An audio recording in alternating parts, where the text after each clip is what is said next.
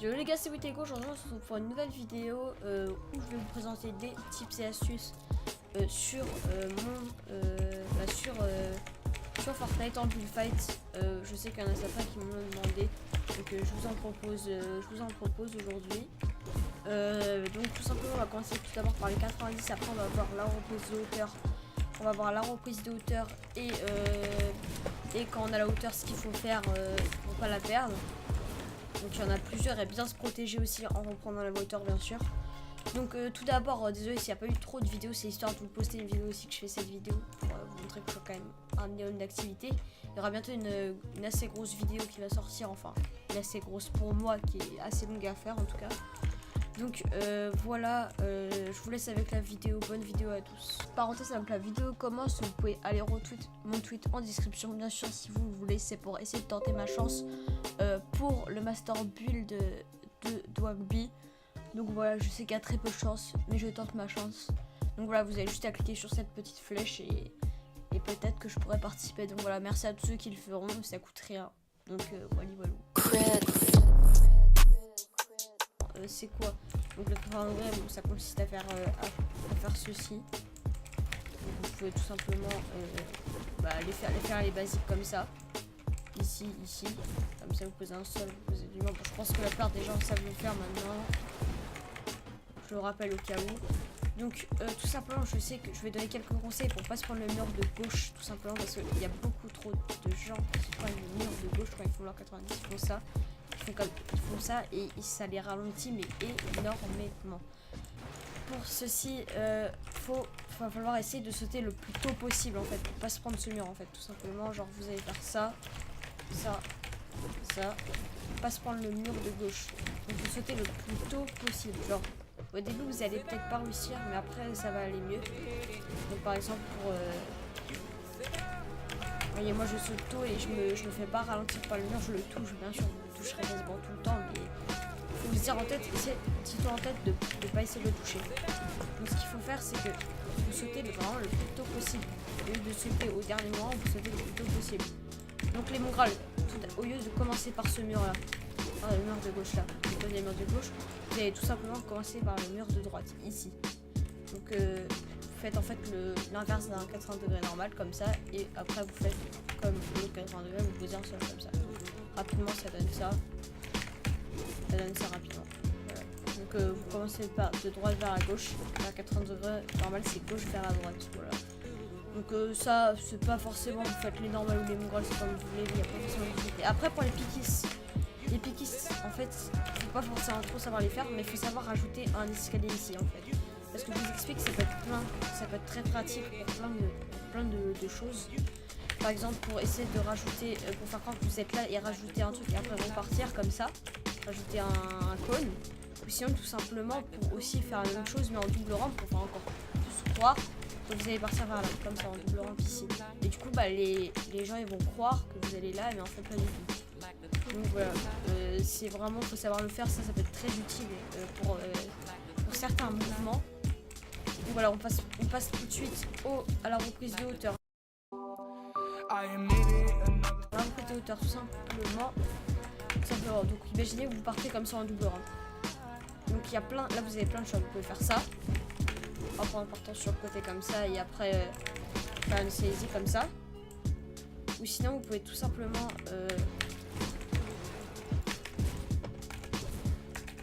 je sais que je fais un peu un bref résumé de toutes les techniques qu'on a vues dans beaucoup d'astuces et notamment Pikis qui explique pas mal les choses. Bien sûr, les chaînes où j'ai pris quelques astuces seront en description. Ce qui est normalement utilisé, c'est de mettre 4 pyramides comme ça. Il y en a certains qui mettent pas forcément cette pyramide, qui mettent juste 3 pyramides comme ça et de partir sur le côté comme ça. Sur le côté comme ça. Donc cette technique elle est super simple à maîtriser. Après c'est de l'enchaîner qui est pas facile. Donc vous mettez un mur ici, un autre mur ici, un escalier ici. Un escalier ici. Et après vous pouvez éditer ce cône, faire une saisie ou comme je vous l'ai dit, repartir en 80 degrés comme ça ou avec ou en partir en 80 degrés normal. Par exemple, ils partent comme ça en double rampe, ils font leur truc comme ça, hop, et après ils mettent un truc comme ça, voilà, ils font un enchaînement comme ça. Donc ça va être très très très pratique pour pas se prendre de balles. Honnêtement, c'est ultra bien cette technique. C'est technique à la faire, mais quand vous savez la faire, c'est très utile. Ensuite, une technique qu'il faut vraiment savoir faire aussi, c'est de pouvoir... Déjà, je pense que beaucoup de gens savent passer comme ça sur le côté. Donc celle-là, il faut savoir la faire. Mais il y a aussi une très bonne technique. Hein. Une très bonne technique. Il y a une très bonne technique aussi qui consiste à mettre comme ça. Et là, vous sautez sur le côté et vous faites ça. Vous hésitez sur le côté et vous mettez la pyramide. Donc cette technique, c'est là, je pense, la technique, une des techniques les plus efficaces et très simple à faire. Il y en a beaucoup en fait qui font l'erreur de lâcher la pioche ici. Et derrière, c'est super dur, il y a le planeur, je sais pas quoi, c'est très compliqué. Donc en fait, il y a une technique toute simple. Hein. Vraiment, vous allez voir que vous allez réussir en 2 secondes. Vous passez comme ça en double rampe, ou même pas forcément en double rampe. Et en fait, là, vous mettez les 2 pyramides et vous reprenez surtout pas votre pioche. Vous la reprenez surtout pas. Vous restez sur les pyramides comme ça et en fait, vous allez vous rendre compte que tu regardez, quand j'enlève la pioche, je peux pas edit, et quand je mets la pyramide, vous voyez, je peux edit d'ici. Donc je peux edit de beaucoup plus loin avec la pyramide, alors que la pioche, je suis obligée d'être ultra proche pour edit. Donc en fait, vous allez rester sur les pyramides, et hop là, je peux edit d'ici, et c'est ultra facile, c'est ultra facile, ça prend 2 secondes, c'est comme un truc sur le côté. Vous avez juste à edit ultra rapidement, c'est tout simple. Voilà, comme ça. Il n'y a rien de compliqué vraiment. Il faut juste rester bien sur la pyramide pour bien éviter de le regarder. Hop, là je peux edit de super loin. Je peux edit jusqu'aux 2 escaliers avant. Donc c'est énorme. Regardez, je peux même edit ici. Là j'ai juste à faire un peu un saut sur le côté comme ça. Donc honnêtement c'est vraiment au calme. Cette technique elle est très efficace. Donc imaginez que encore le même scénario, vous êtes toujours en double rampe. Donc vous êtes comme ça. Et ça c'est une technique que je n'ai jamais vue. D'ailleurs, je remercie parce que je l'ai vu sur la chaîne de Trickmers, je la mets en description. Je dis pas que c'est lui qui l'a inventé, ça se trouve, il y en a eu plein, il y a eu plein de gens qui l'ont déjà fait. C'est un peu inspiré de ça que vous passez sur le côté là avec les pyramides, vous passez sur le côté, c'est un peu inspiré. Mais genre, ça peut être intéressant de le placer un peu plus tard. Donc voilà.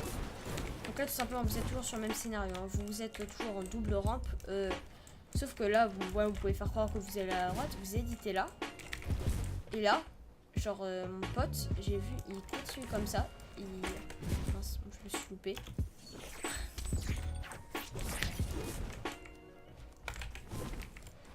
Imaginez, vous êtes toujours sur ce même scénario de double rampe. Donc je remercie Trickmers qui me l'a... j'ai vu dans sa vidéo, je mettrai sa chaîne dans la description.